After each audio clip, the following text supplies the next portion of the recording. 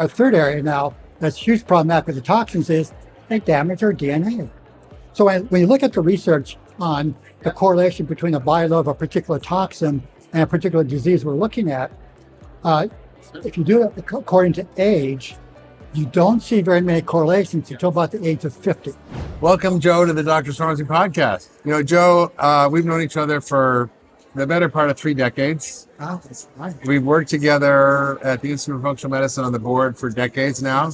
Yes, we have. On the founding board. And, you know, you've been someone I've learned so much from and relied on to actually learn functional medicine. Wow. And your textbook of natural medicine was my go-to guide for learning about this as I kind of evolved into becoming a functional medicine doctor. And I also, your encyclopedia for natural medicine was sort of a consumer version of that textbook that helped so many people navigate the world of natural medicine. For those who don't know Joe, you've heard the introduction, but he's an icon in the field of natural medicine, integrative and functional medicine. He's basically, I would say, infused the DNA of what functional medicine is with naturopathic principles, which was sort of an early version, I would say, of what functional medicine was. And he started Bath University. He's been just such an inspiration for me. And I think without him, I don't think this field would be where it is today. And many of you haven't heard of him because he's not out there as much in the public eye, but he's done so much hard work, so much deep research, so much deep science about the things that are really plaguing us. And what really is been impressive for me for the last few years in your work has been the focus on environmental toxins. Yes. And it's something that we talk about a lot in the space we're in. It's certainly not something we learned about at all in medical school, other than acute poisoning. And it wasn't really considered part of our toolkit to look at toxin exposure, the role of toxins in our health, the way of diagnosing toxic load, the way of treating toxicity. The whole idea of detoxification was considered quackery, but it's actually central to everything we do. And I think, this is not a new topic. I mean, Rachel Carson 60 years ago, more than 60 years ago, wrote her book, Silent Spring. And she sounded a warning that the use of these man-made chemicals, we now call them forever chemicals, are destroying the biosphere, are destroying ourselves. And, in 2024, we really haven't listened to her. We have actually poisoned ourselves in ways that I don't think she even could imagine. And I think we see sort of exponential growth of chemicals. And I think the European Chemicals Agency has said there's more than 144,000 man-made chemicals in existence. The Department of Health in the U.S. estimates that 2,000 new chemicals are being released every year, and they're not really tested. The WHO estimates that 12 million people die every year from diseases caused by air, water, soil pollution, chemical exposures, climate change, and ultraviolet radiation, all of which result from human activity. And I mean, it's just staggering to me when you think about that, because the Global Burden of Disease studies said that there were 11 million people dying from bad food. So if 12 million people are dying from toxins, that's maybe the biggest killer, right? Yes. And it's something that we don't really talk about. So how did you come to understand that toxins were so central to human health and disease, and how did you sort of understand that we need to look at the toxic load of every single patient we see with a chronic illness? So let me actually quote one of our teachers, Dr. Sid Baker. Yeah. Sid was a medical doctor whom I consider one of the most brilliant physicians in medicine. And he said at one of our IFM conferences, and by the way, a lot of the intellectual foundation of functional medicine came from Dr. Sid Baker. Yeah. We owe him a lot. He said something one at a lecture that I thought was just perfect. He said, all medicine is really quite simple. Get into each person what they uniquely need, and get out of each person what they uniquely do not need.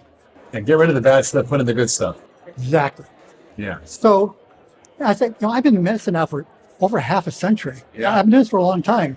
And so as I look back and see, well, what really helped people? And for the majority of my practice, up until about 15 years ago, I mainly did nutritional medicine. And I helped a lot of people. Yeah. But as I started doing environmental medicine, I was realizing I was helping way more people.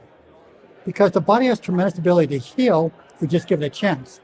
But what we've done is we poisoned our bodies with metals and chemicals so that the body can't function properly. Yeah. Even if there's adequate amounts of nutrients there, So being blocked by poisons in the environment is not going to get better. Yeah.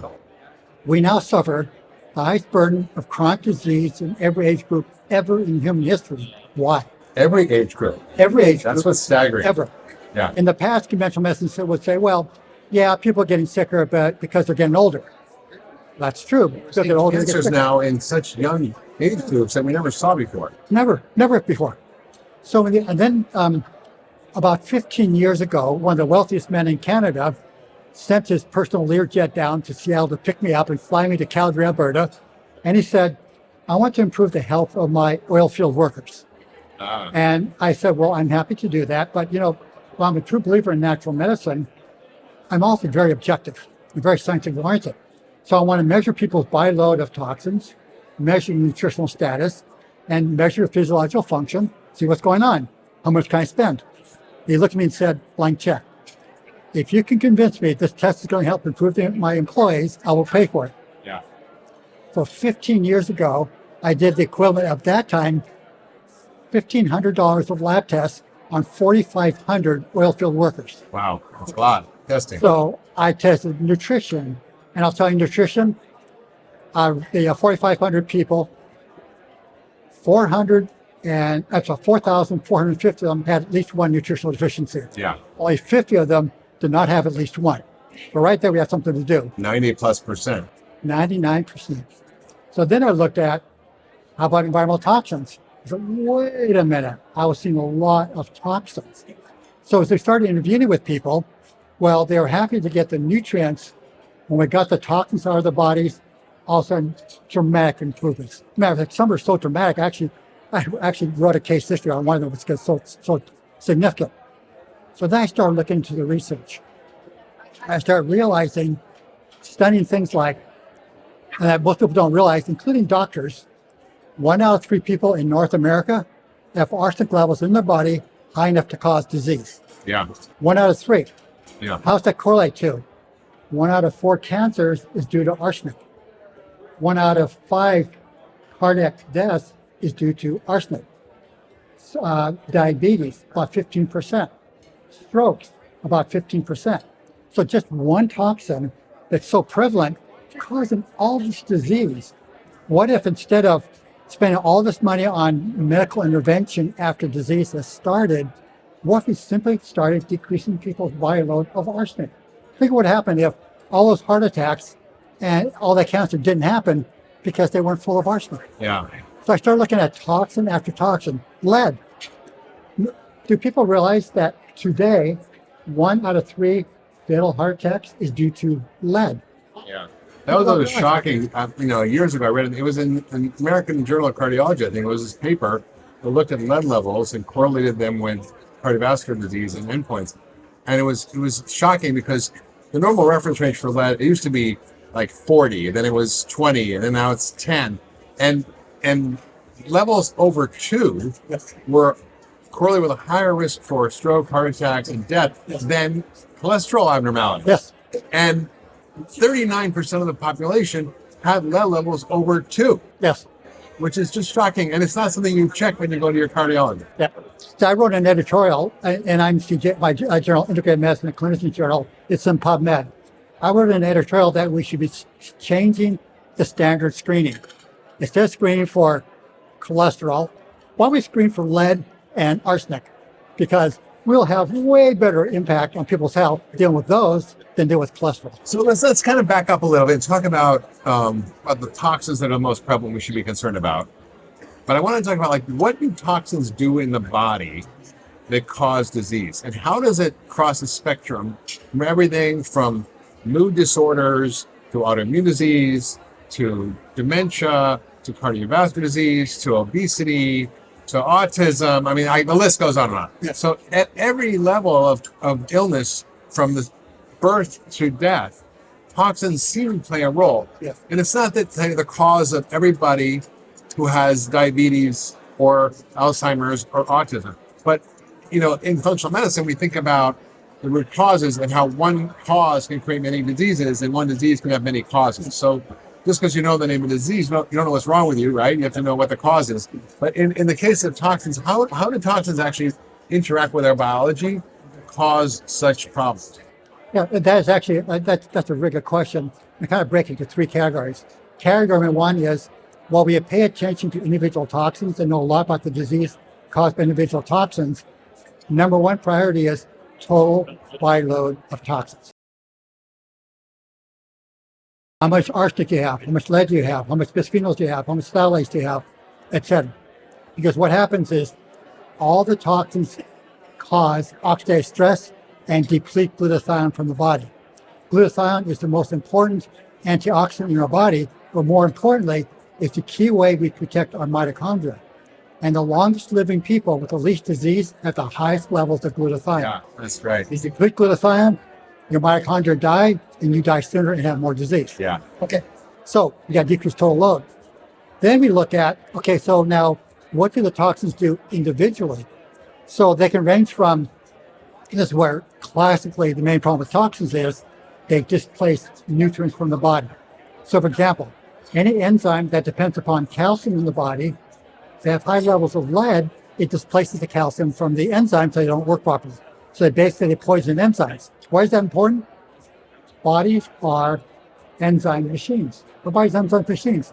Enzymes not working, our machine's not working, and we get sick.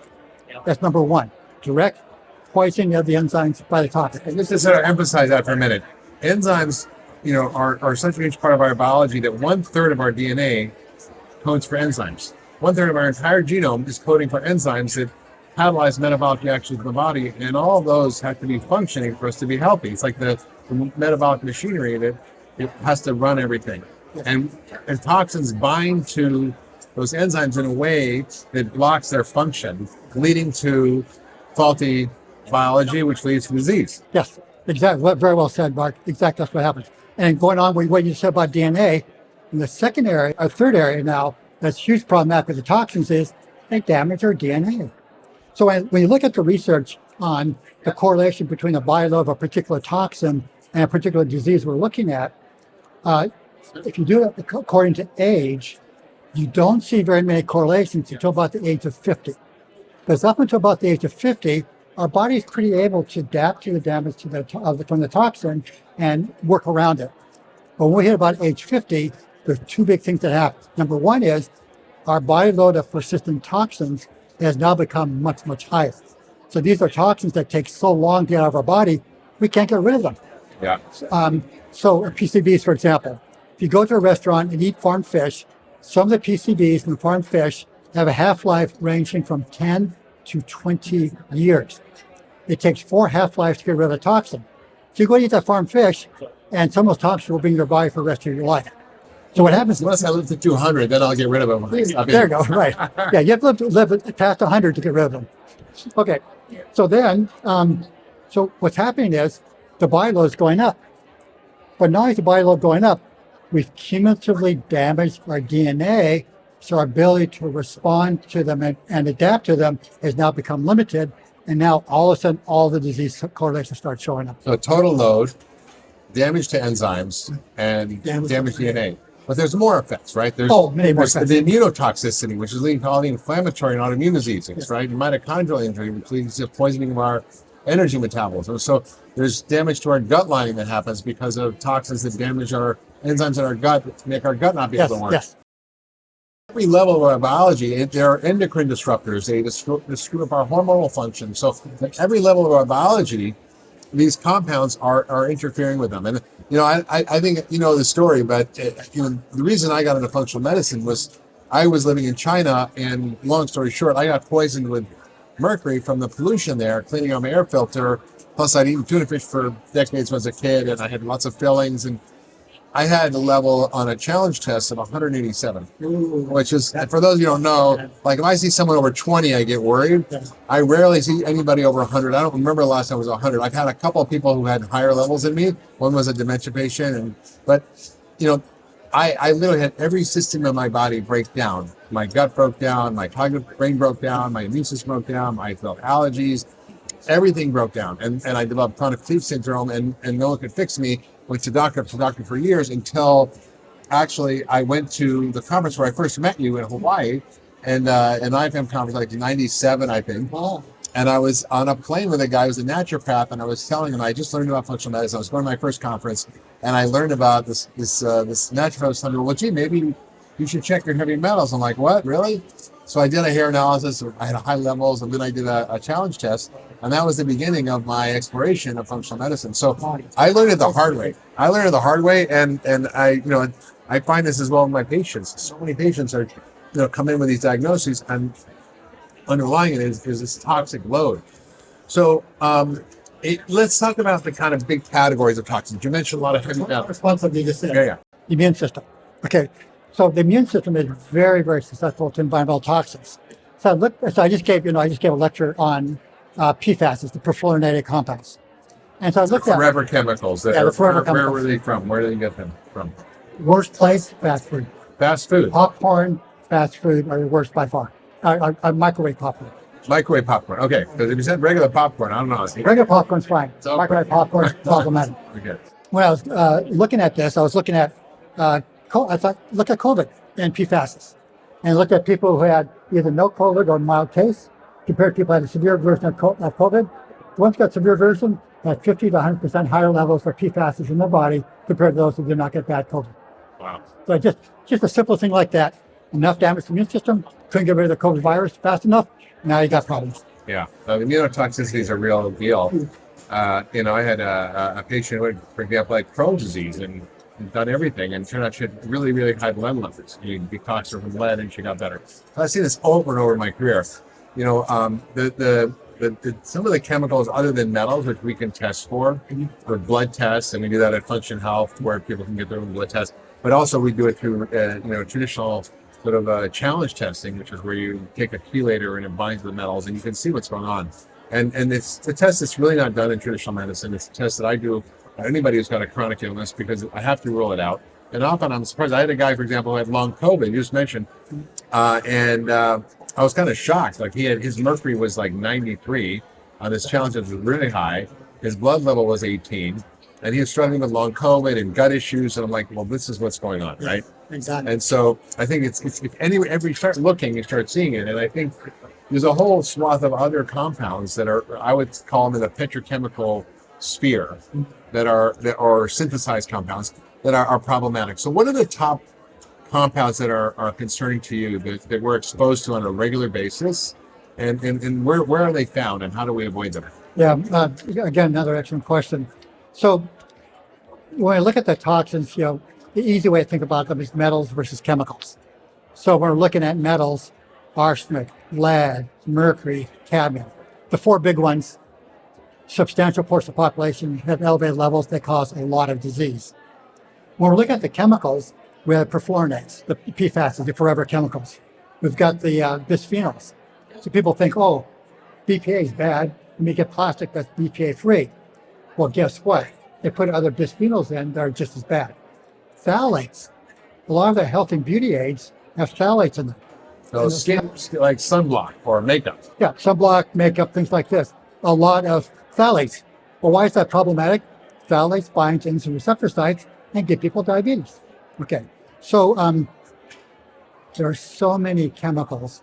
I've been kind of systematically working my way through, but so far, in terms of chemicals, these are the three I'm paying the most attention to. BPA and phthalates, because there's just so much research. So I'm not saying there aren't other problematic chemicals, but these three by themselves cause so much disease. There's only 144,000 other chemicals. There's 12,000 of these forever chemicals. Yeah. Just one category is 12,000 chemicals. I think that's the thing that sometimes is daunting for people, because like we're living in the sea of these chemicals. Yes.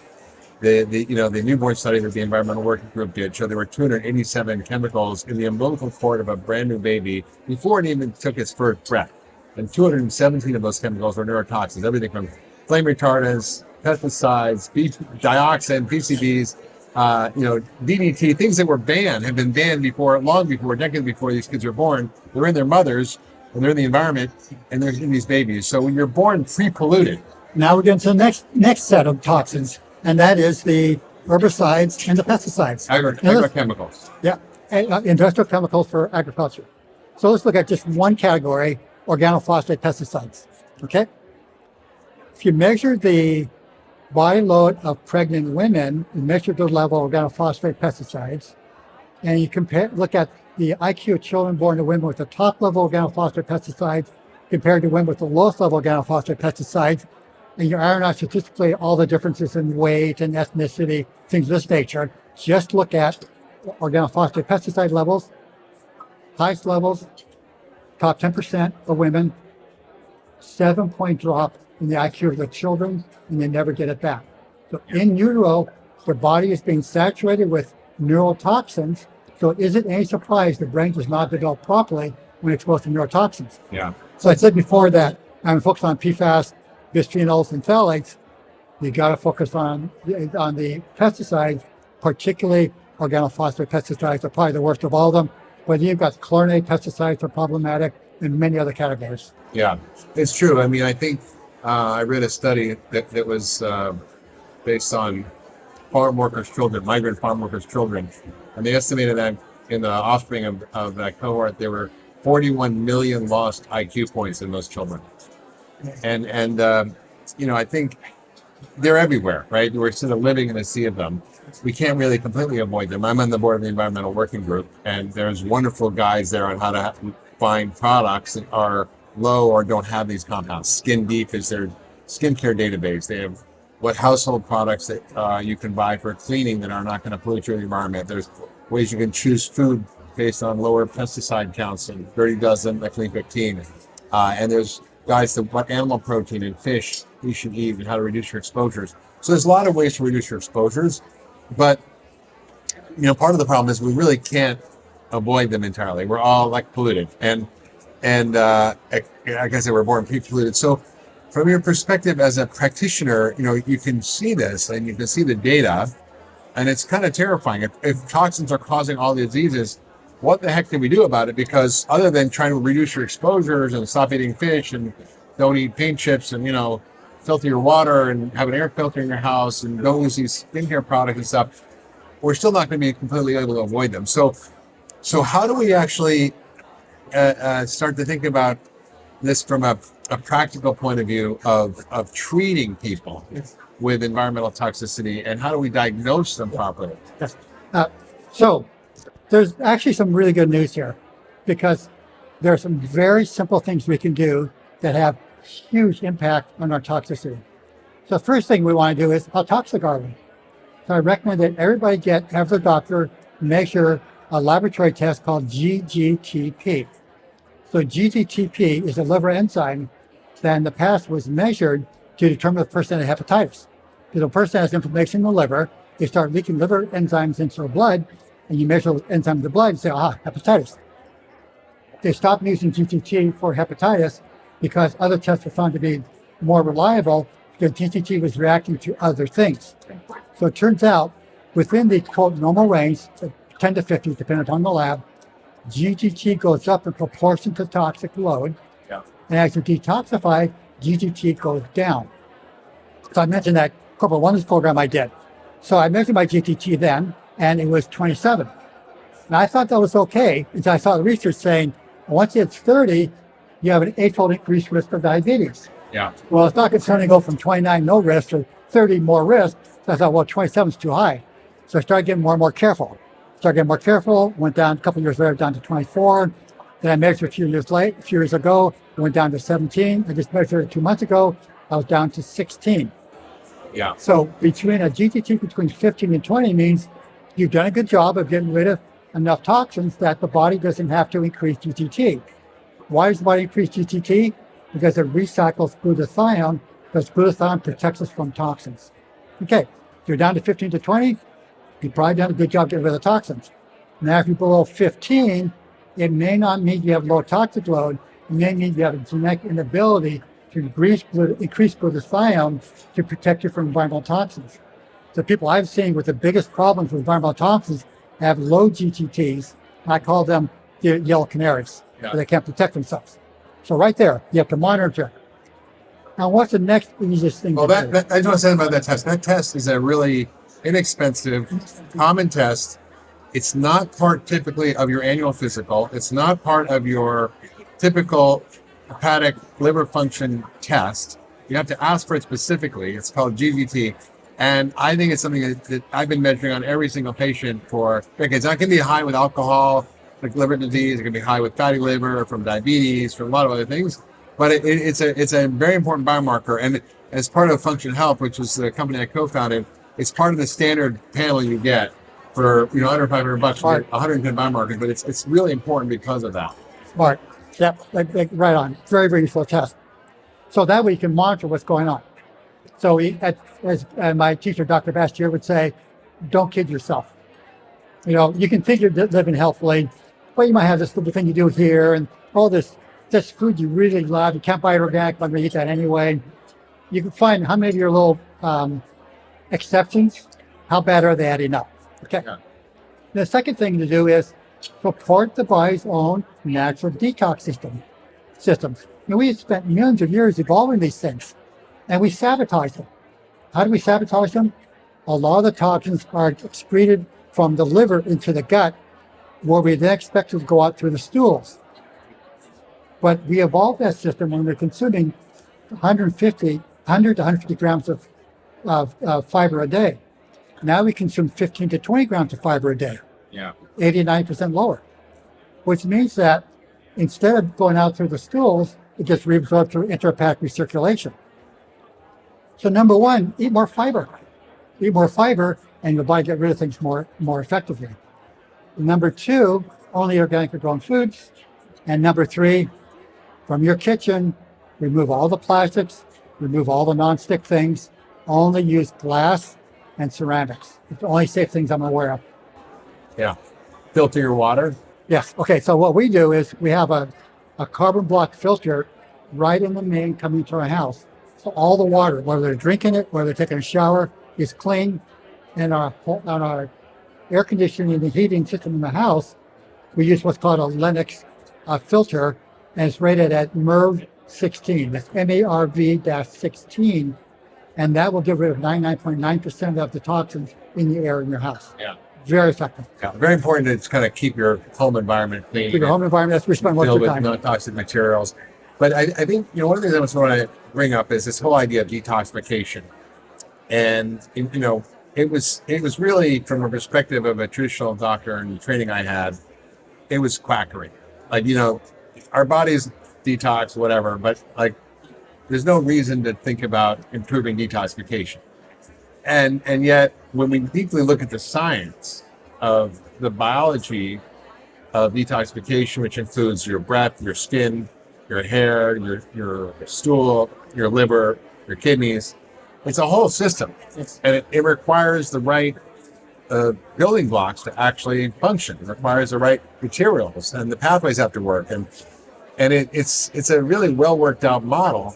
And yet we learn nothing about how to fix it, except when you're in the ER, and I was an ER doctor for many years, someone comes in with a Tylenol overdose. We give them this drug called Mucomist, which smells horrible. It smells like rotten eggs. You make them drink it, which is like punishment for taking the Tylenol overdose.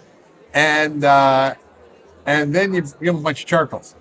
And essentially what this compound does is boost glutathione. It's N-acetylcysteine, which is essentially a supplement, right? And I was shocked when I learned that later, but it literally will rescue the liver from failure after a big insult like a Tylenol overdose, which works by depleting glutathione. Yes. So, we kind of use it in traditional medicine. We just don't realize what we're doing. But I think what I'd love to talk about is sort of break down how do we optimize each of the types of detoxification systems we have, because it's really about building in to your life the automatic ways to upregulate the biology of detoxification in your system. And I do that every single day now, because I just built it into my life, because I know I'm not a great detoxifier. I've checked my glutathione SNPs, and I have methylation SNPs. So I have genetics that make me more likely to accumulate toxins. So I have to upregulate those pathways. What's your approach to sort of giving people guidance all the way from diet to lifestyle to supplements that actually help their biology do the things it's supposed to do? Yeah, very, very well said. So number one and number two and number three are avoidance, avoidance, avoidance. Don't let the stuff into your body. And It's everyday choices we make. So, for example, do you pump your own gasoline? The answer is probably yes. Do you smell the gasoline? When you smell that gasoline, that's benzene going into your body. If you're smelling something that doesn't smell right, get away from it. So we need an N95 filter.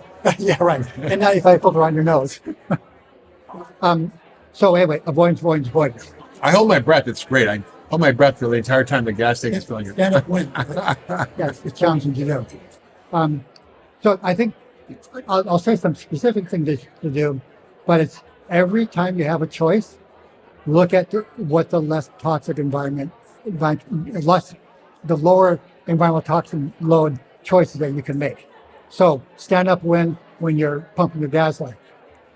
When you're having to go out to eat in a restaurant, well, talk to the people at the restaurant, and if it's one of your favorite restaurants, I'm getting a little far field here. Cook as much of your own food as you can. Okay?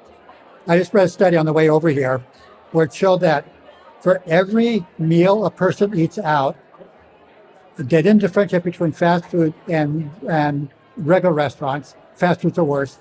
Every time a person eats a meal out versus cooking the food at home, they increase their blood levels of the fragile chemicals by 1%. 1% per meal. Okay, so choosing where you eat your food is a way to start. Make sure that food is organically grown. If you are going to go out, if you have a favorite place to go out, meet with the owner, meet with the cooks, and say, can you prepare your food in ways that are less toxic? Okay. And if you are going to buy food that is from a grocery that's been prepared, coming to you in plastic or it's coming to you in lined paper containers, immediately put it into glass. So you might say, well, it's been sitting there since it was made and sitting there in the grocery store. So my lecture today showed it's time dependent.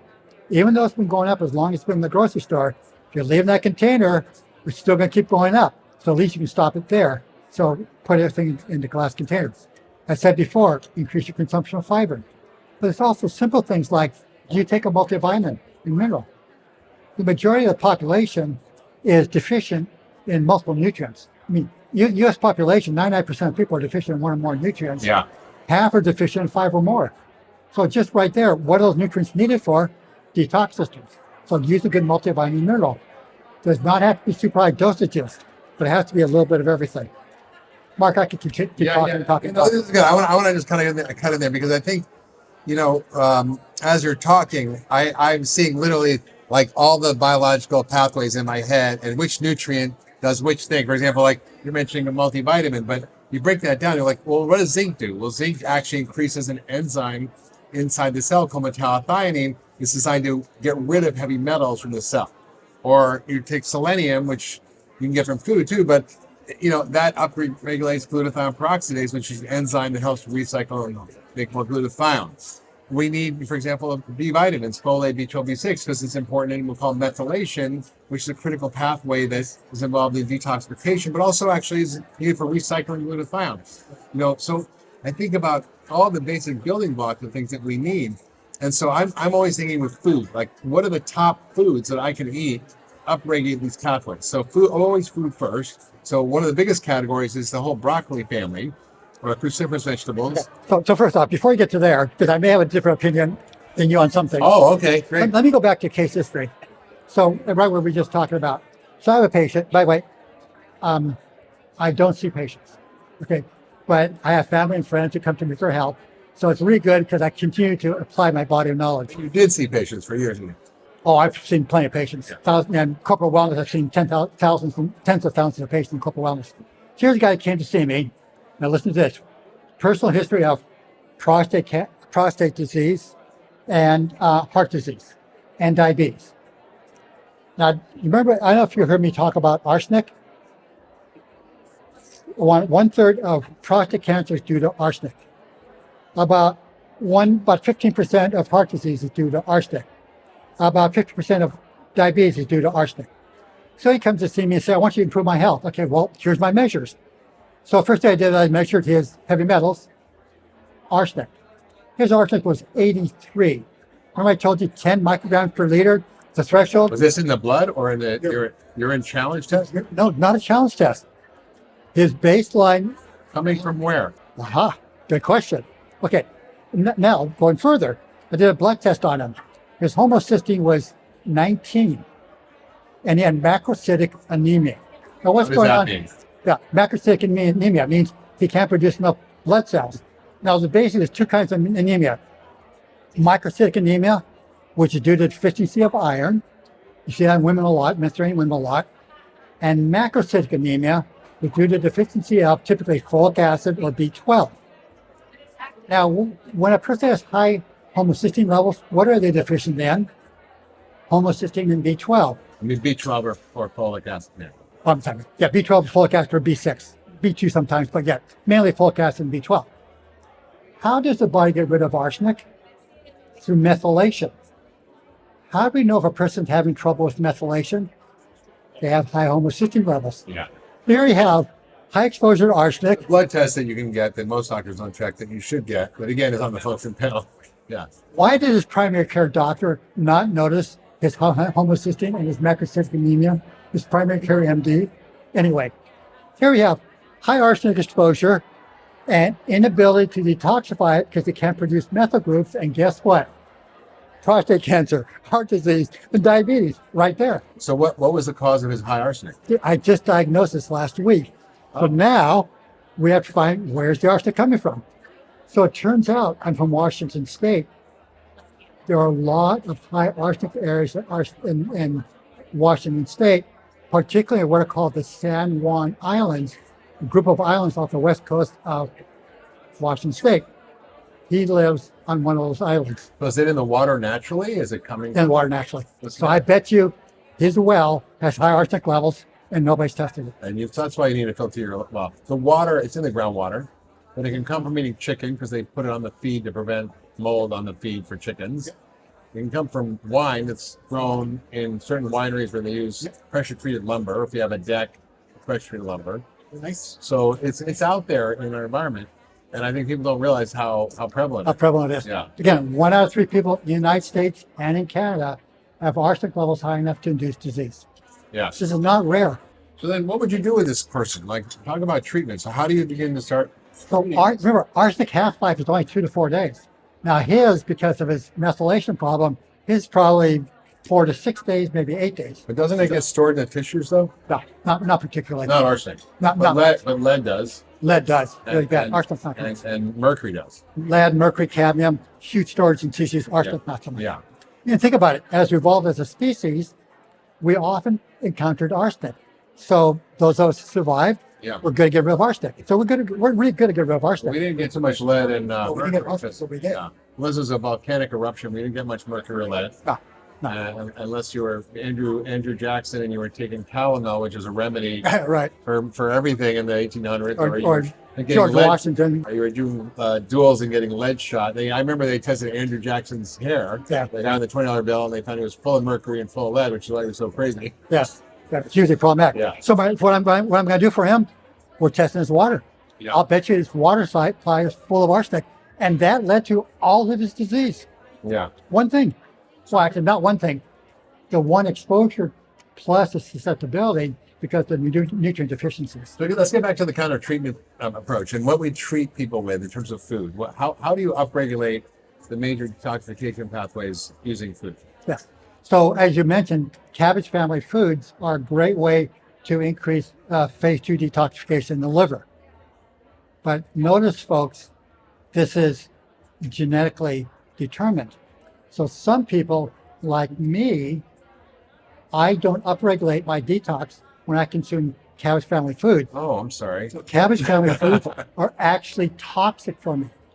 So why do we have all these? Wait, but then they're poisonous if you can. So why do we have all these detox enzymes? Because there's constituents in food that the plants produce to protect them from predation from insects. So we developed enzymes when we come in contact with that food. Those of us who are able to upregulate our enzymes, can now eat that food safely. For people like me, they talk about cabbage family foods being great for you. For me, I can't detoxify those cabbage compounds. So cabbage foods may not be good for me, but for the vast majority of the population, they're good for us. But yeah, so and I think the data is really interesting. I remember seeing a study in China where they They looked at urine metabolites of the brassica family vegetables like broccoli, collards, cabbage, and all that.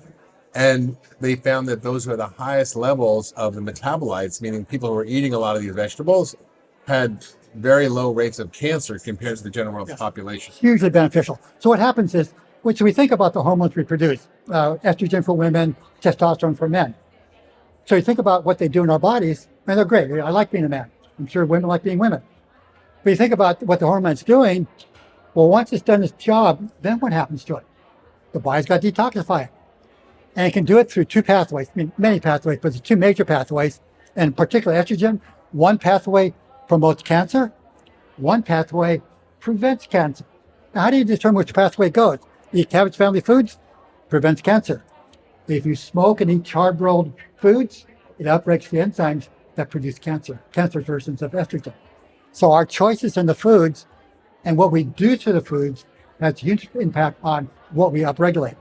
So one reason why women who eat cabbage family foods have less breast cancer, because they're upregulating the right enzymes. Yeah, it's so prevalent. I just remember I once worked with a lab because I've done tens of thousands of heavy metal challenge tests, and I went with the lab that I did the test with. I said, could you actually calculate all these patients that I've sent you labs and what percent had elevated levels and give me the ranges and the distribution of the abnormalities? And I gathered the data, and it was shocking to me. And of course, people who come to see us at the Ultra Wellness Center, where we specialize in functional medicine, tend to be sicker. So it's we call it selection bias in medicine. But 40% had very significantly elevated levels of heavy metals. And this was from a wide spectrum of diseases, not like just one condition. So it's out there. So, we use foods like the brassica family. We can use garlic and onions to help boost glutathione. We can use a lot of the polyphenol compounds and that are rosemary and, curcumin and other compounds. So we can really just increase our polyphenol content. We need to make sure we have the right nutrients, right? So I personally know that for me, I'm not great at glutathione production, so I take N-acetylcysteine every day. I take glycolic acid every day. I make sure I take my multivitamin plus selenium and zinc. I make sure I actually I'm really boosting those pathways up because I know I struggle, and it's kept me feeling good by doing that over many years. And I find with my patients, I do the same thing. And so it's really a very systematic process of mobilizing your toxin, reducing the exposures, making sure you're increasing circulation. So I make sure they're exercising, use saunas, and sweating. That is a great way to release toxins. I think also I recommend a basic, multivitamin and the right things to boost glutathione and the right cofactors for all the pathways, methylation support. It's amazing how what people do. Yes. So I'd like to add a little bit to that. Our bodies have tremendous ability to heal if we just give them a chance. And a lot of people say, well, I want to now detoxify. I think the stupidest thing for a person to do is to start detoxifying before their body is ready. Yeah. Okay. So I wrote a book called The Toxin Solution. Yeah, everybody should get that book. It's a really good book. Oh, thank you, Mark. Okay. Everybody should. So for the first 2 weeks, I teach people how to avoid toxins. Now, I'll tell you now, if you carefully avoid non-persistent toxins, within 2 weeks, they'll be gone. Arsenic will be gone. Phthalates will be gone. Bisphenols will be gone. And you'll immediately feel better within 2 weeks. Okay. Then I say now that you're stopping to expose yourself to toxins, let's open up what the naturopaths call the emunctories, the organs of elimination. Let's get your gut working properly and detoxified. Let's get your liver functioning better, so it detoxifies. Let's get your kidneys functioning better, so they can detoxify. Now, once your organs of elimination are working properly, 2 weeks each, enough time to do it. Now let's start doing the saunas. Now let's start releasing the toxins, because now your body can get rid of them.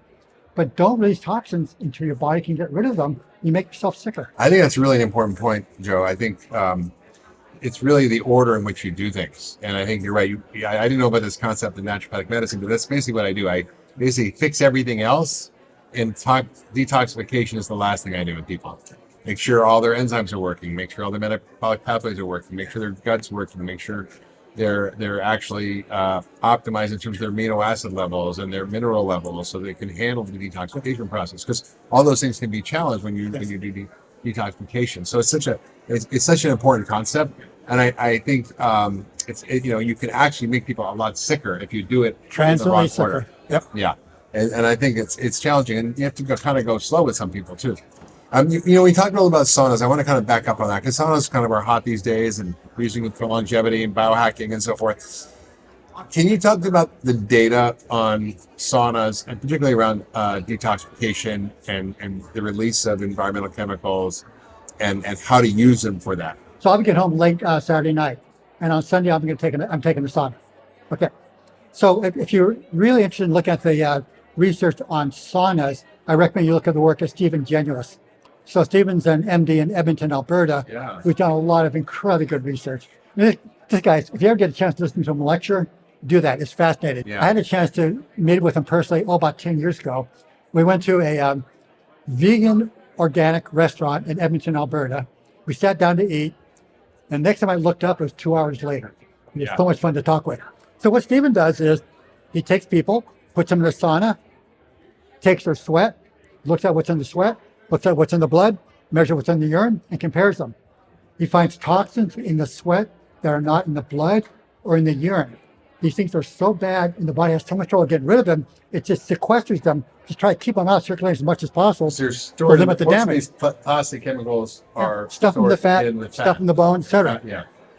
So when sweating, it's a different pathway for detoxification, and it turns out the body's able to get rid of a lot of toxins through sweating. It has trouble getting rid of it in other ways. I've often think to myself, we evolved on the equator where it was hot, and we sweated a lot.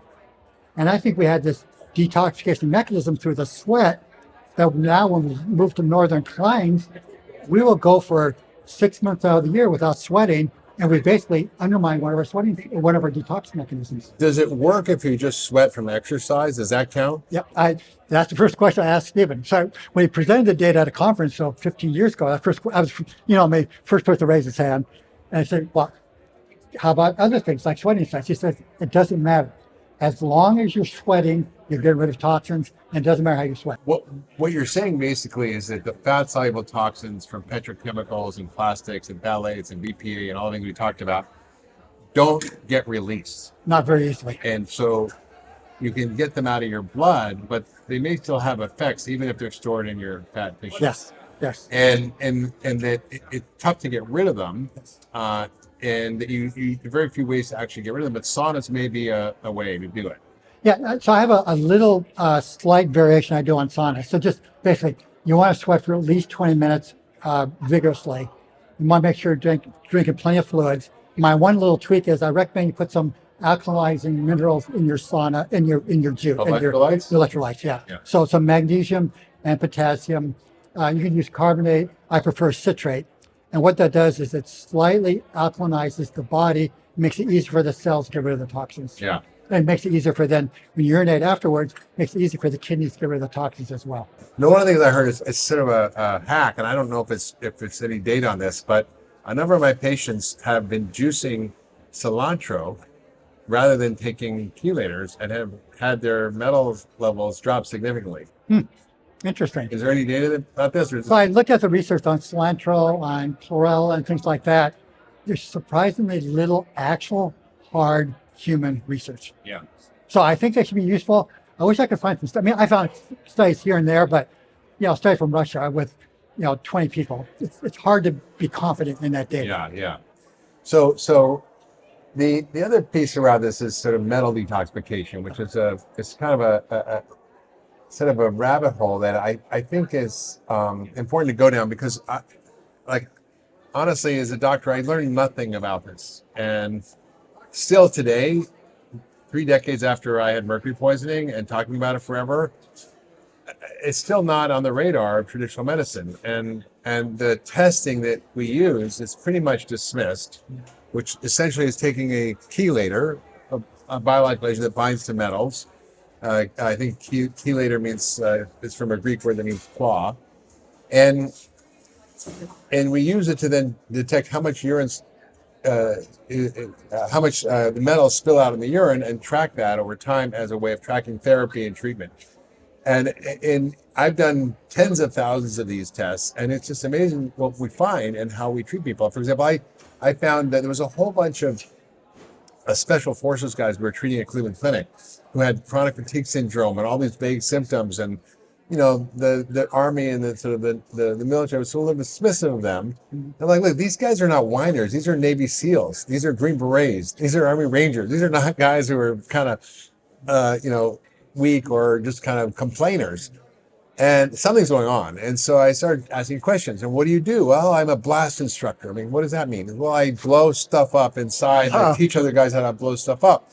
Like, oh, you're blowing stuff up. So that's like lead and mercury, all this stuff in the blast materials. And I checked them, and their levels were off the chart. Yes. And so we started to sort of treat these people. And there was one of them that was reported in the New York Times, who has seen one of the top experts in lead in the country, I think at Mount Sinai or Albert Einstein's, one of those hospitals, and they use a bone absorptiometry to measure like the lead in the body. And he saw the patient before, and then after I treated him with chelation with DMSA, and he was shocked because he said he'd never seen levels go down ever. Fantastic. And this is like the top lead expert in the world, and they don't even know how to treat it. So, I don't know why there's so much resistance to actually looking at this. It's something that should be pretty I've easy to wondered that validate. as well. It's something easy to validate. You can just measure it and track it, and it's like an easy thing to do. But I think the whole process of heavy metal treatment is a thing, and I think you're mentioning arsenic. Avoiding is great, but lead and mercury and these other these don't come out on their own, and as functional medicine practitioners, it's one of the things we really are trained in and trained how to do. And I think it's for me, it's been one of those, not just for me personally, but as a treating physician with dementia, with autism, with autoimmune diseases, with colitis, with chronic fatigue syndrome.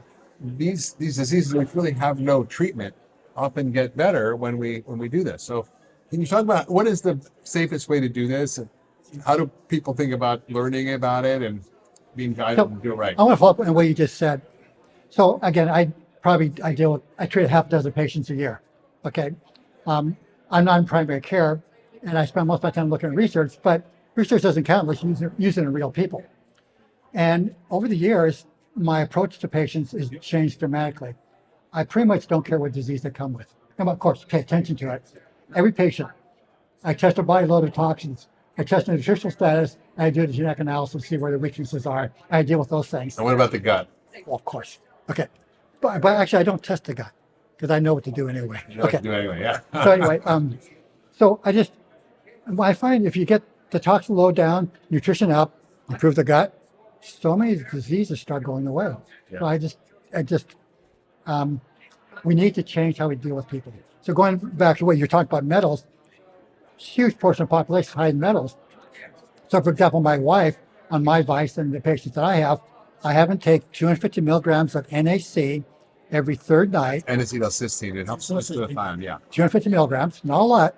So remember, a lot of this I developed in corporal wellness where I'd treat a person, I wouldn't see them again for 6 months. Well, you can't use high dosages. So 250 milligrams every third night, along with 10 extra grams of fiber. I use PGX because I have a commercial relationship with them. And I just have them do that regularly, kind of forever, because it chelates out the lead, it chelates out the mercury, and it helps get rid of the arsenic a little bit, not great. And now, having said that, you have to also give them a little bit of molybdenum, maybe 100 micrograms, because the enzymes that metabolize sulfur compounds depend upon molybdenum. I personally cannot take DMSA every third night because I cannot detoxify sulfur compounds adequately. Sulfur makes me sick, okay? So just what I'm gonna tell you, anybody you do this protocol on, they start complaining about GERD, about allergies, about gastritis or colitis, check them for sulfur toxicity. Yeah. So yeah, I think I've developed a very robust protocol using a whole host of compounds and food that upregulate detoxification, lots of fiber, as you said, saunas, also the right supplements for methylation, for N-acetylcysteine, the right minerals we talked about, but I also use high fiber for binder. But I think DMSA is a very powerful chelator. It's FDA approved for lead chelation in children, and it's not really used in medicine very much at all, even in kids. But I find it one of the most effective ways to gently remove these heavy metals and help with these chronic inflammatory or toxic conditions. Yes. I have a huge amount of data. That protocol I just described, in a year and a half, it'll drop mercury and lead over 50% without any adverse events. Amazing, maybe. I want to, before we close, I want to dive into a topic that I think, is a sort of a broader view of the sort of framework of toxins. So I think we can all accept that we're living in a sea of petrochemical toxins, heavy metal toxins, that we need to pay attention to it, that we need to understand how our biology works to upgrade our detox systems. And I've written a lot about this. Your book is amazing, The Toxin Solution. You share a lot about this. But it's this whole field of EMFs, right? Electromagnetic frequencies. Yes. Wi-Fi, 5G, cell service. Yes. Now, I just came back from Ecuador and Patagonia, where I was completely away from all of that. And I noticed that my heart rate variability doubled, that my deep sleep changed, and that I felt better, and I slept better. And of course, I was on vacation, but I'm on vacation in other places, and I don't have those results.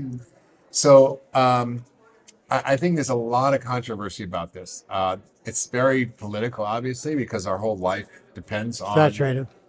Cell service and Wi-Fi, and everybody uses it all the time. What is the sort of strength of the data that EMFs are an issue? And if it is an issue, what do we do about it? Mark, extremely good question. And I have to be honest, I have not studied the research. I can't give a good response. What I can tell you is I've seen patients who are EMF sensitive. Well, how common that is, I don't know. Yeah. So I'm sorry, I don't have a good answer. Okay, fair enough. I think he's written literally the encyclopedia and textbook of everything. I thought he might know, but I just haven't gone to it yet. but I do think it's an increasing issue. I actually was living in New York for a while, and I had this EMF detector. If you're in an apartment building in New York, there's like so many Wi-Fi's, right? And so it was like said 5, high alert, get out immediately. And then I bought this Faraday cage. Essentially, it's like a net that goes over your bed. I would go in there. You couldn't make a cell call. You couldn't get Wi-Fi, and it was just basically zero. And it just makes me wonder about what this is doing to us, because we are electromagnetic beings. Absolutely. And, energetic beings. So, And by the way, I it's too early to talk about, but I'm in conversation with a doctor who has been experimenting with metal detoxification. He finds if it lies on one of these high magnetic field things, his heavy metal excretion increases dramatically. So that tells me these fields are doing something in the body. yeah, interesting. Okay, one last question. This is a bit controversial, but I'm going to jump in anyway. It has to do with the increasing rates of infertility. Yep. And it has to do with increasing rates of, particularly it's tracked well in animals, but sort of hermaphroditism and sort of ambiguous sexual genitalia in animals. Theo Kolbin wrote a book about this called Our Stolen Future, which really impacted me. It talks about this. It was like a Silent Spring kind of book. And also I've been reading about different birth rates in humans, men and women, now that it's sort of becoming discordant from what we used to see, which was a fairly even birth rate. Now, I think there's more males or more females. I can't forget. Probably females. Females, yeah. And we're also seeing, this increasing rate of gender confusion and gender identity issues and transgender, sort of awareness that I'm wondering, it's so much now, and I'm not saying it's a bad thing if people want to change their gender. I'm just sort of wondering if there's any role of these environmental chemicals and their endocrine disruption in affecting the brain and affecting hormonal development and affecting fertility. Can you talk about that a little bit? Yes. So I have a 90-minute lecture just on environmental toxins and infertility. There's no question it plays a huge role. And I talked before about bisphenol A being removed. So let's talk about bisphenol A. If you look at the bisphenol A levels in a man's semen, and you then look at their sperm count, it goes from normal sperm to low sperm to abnormal sperm to no sperm. In the men with the top 10% of the men with the top 10% of bisphenol A in their male fluids, you might say, they have no sperm whatsoever. Wow. Now, that's bisphenol A. And guess what we just replaced bisphenol A with? Bisphenol S. Bisphenol S, nearest I can tell, is about 5 times as bad as bisphenol A for male fertility. So we go after toxin. There's no question these toxins are destroying our fertility, which means they're also damaging the development of the fetuses that do manage to get through the infertility problem. So gender dysphoria, it's got to be, environmental toxins have to be playing a role. Yeah. It's so very clear. Yeah, it's concerning. And the animal research is very clear on that. Yeah, clearly is a big issue. But I think, the perspective that you brought over the last decades of teaching us all about environmental toxins, your work is so important. I think everybody needs to check out Joe's book, The Toxin Solution, to know more your books. Check out the textbook of natural medicine, the encyclopedia of natural medicine. So many. And if you're a doctor, I have a textbook called Clinical Environmental Medicine, and a lot of this research is in there. Yeah. So, Joe, thank you so much for being on the podcast. Thank you for your work in this field. Thank you for being my teacher for so many years. Mark, thank you. I mean, look at what you're doing to educate people. I have my books and such, but they're just for doctors, man. Like you're educating the whole. I just stole everything you ever wrote and redid it in my own way. Thanks, my friend. Joe. Good to see you. If you love that last video, you're going to love the next one. Check it out here.